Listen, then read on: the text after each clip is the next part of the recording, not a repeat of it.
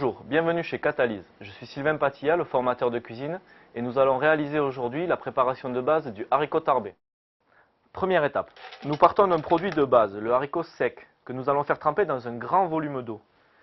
Et après 10 heures de trempage, il aura doublé de volume. Deuxième étape, après avoir égoutté les haricots qui étaient en train de tremper, je vais maintenant les mettre à bouillir pendant 10 minutes pour les blanchir. Après 10 minutes d'ébullition, nous avons égoutté les haricots et voici le résultat. Nous allons maintenant couper les légumes que nous allons faire revenir. Pour cela, il est nécessaire d'avoir du poireau, des carottes, ainsi que des oignons et du céleri. Je coupe les poireaux en biseaux assez gros. La même chose avec les carottes. Je les coupe assez grossièrement car ils vont cuire pendant 40 minutes avec les haricots.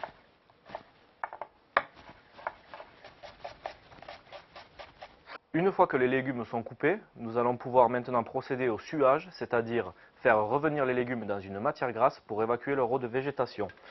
Pour ceci, nous prendrons aussi des lardons et un petit peu de thym.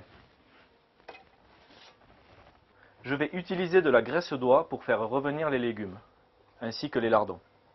Je fais revenir les lardons et ensuite j'ajoute les légumes. Une fois que les légumes sont bien sués, je rajoute les haricots blanchis dedans.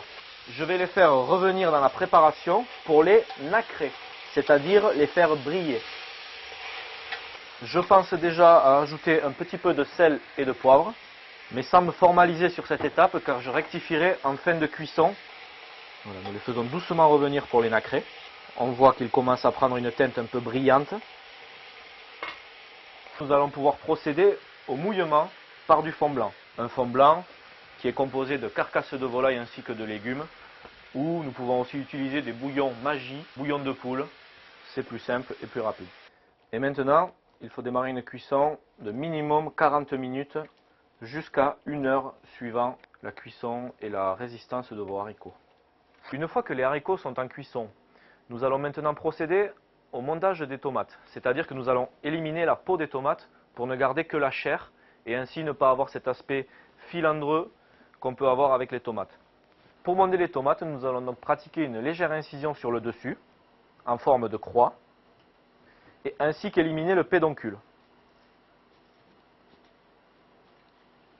Je les mets sur une écumoire et je les trempe quelques secondes dans de l'eau bouillante, de façon à ce que la peau se décolle. Une fois que la peau commence à craqueler sur la tomate, je la débarrasse dans un bac d'eau froide. Et ensuite, je pèle les tomates.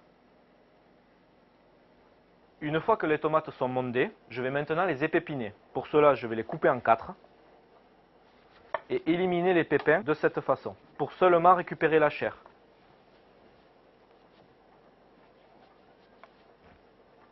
Il faut bien prendre soin, pendant la préparation, de laisser mijoter les haricots, pour éviter qu'ils éclatent lors de la cuisson ou d'une forte ébullition.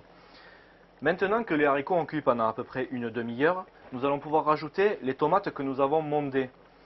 Nous les rajoutons seulement maintenant pour 2 raisons. Une, éliminer l'acidité de la tomate lors de la phase de cuisson. Et 2, c'est pour éviter qu'elle parte en purée dans la préparation. Et que nous puissions retrouver en finalité des morceaux de tomates bien cuits avec le reste de la préparation. Maintenant que la cuisson est terminée, nous allons procéder au complément d'assaisonnement.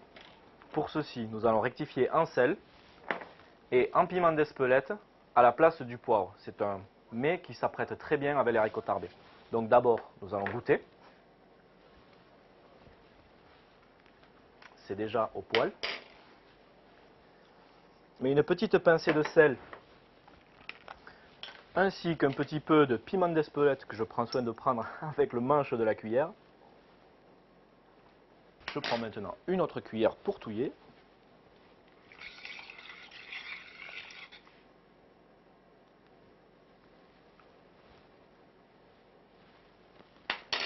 Voilà, c'est parfait. Notre préparation est terminée. Je vous souhaite un bon appétit.